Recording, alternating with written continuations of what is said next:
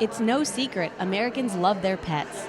According to ASPCA, an estimated 70 to 80 million dogs and 74 to 96 million cats are owned in the United States. Pets can range from something as simple as a fish to an animal as big as a horse. But some people don't draw the line there.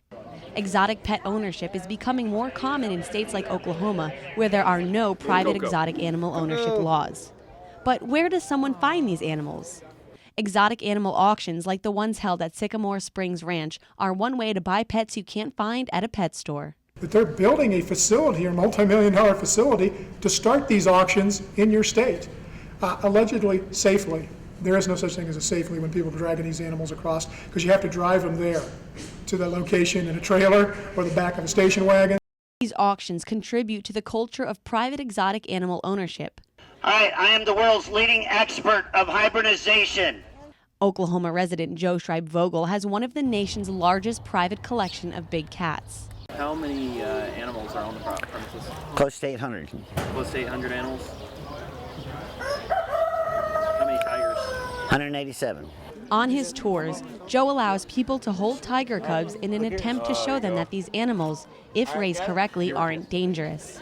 Harrison says this can be harmful because although they can be trained to an extent, they are still wild animals. But let me tell you, if you walk up to a bunch of people that don't know anything, you put on a show, lights and show, we come out, you bring a tiger out on the stage, ooh, he must know what he's doing, even though it's surgically altered. His canines are sanded down, declawed, and give him something to take the edge off. Harrison says these false perceptions of the animals might cause someone to want one as a pet, even if they aren't trained or knowledgeable enough to care for one. Joe, however, is an advocate for private exotic pet ownership and posts videos about his large cat on his website, Joe Exotic TV. I mean, the whole idea of it was to get our voice out there to support private ownership and keep our rights from being taken away. The controversy surrounding his ideas has already endangered some of his animals. The studio where he produced Joe Exotic TV was recently destroyed, killing 7 alligators and 1 crocodile. Well, somebody come in 2 nights ago early in the morning, cut the padlocks and poured gasoline all over the inside of the studio and lit it. Obviously, I pissed somebody off. Although the death of an animal is tragic, coordinator of National Link Coalition, Phil Acro, says there's an even bigger issue surrounding the large amount of predators in one area.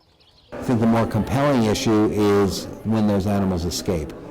And we've seen several cases recently where they are truly a danger to society if they get out.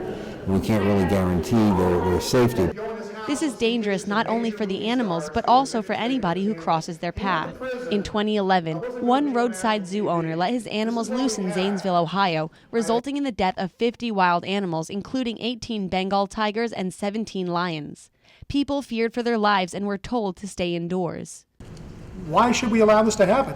We should not have had a tiger killing anybody in the United States of America. We should never have a Burmese python killing a baby in Florida. That should never be happening because these animals don't belong here. For O State TV, I'm Amy Leet.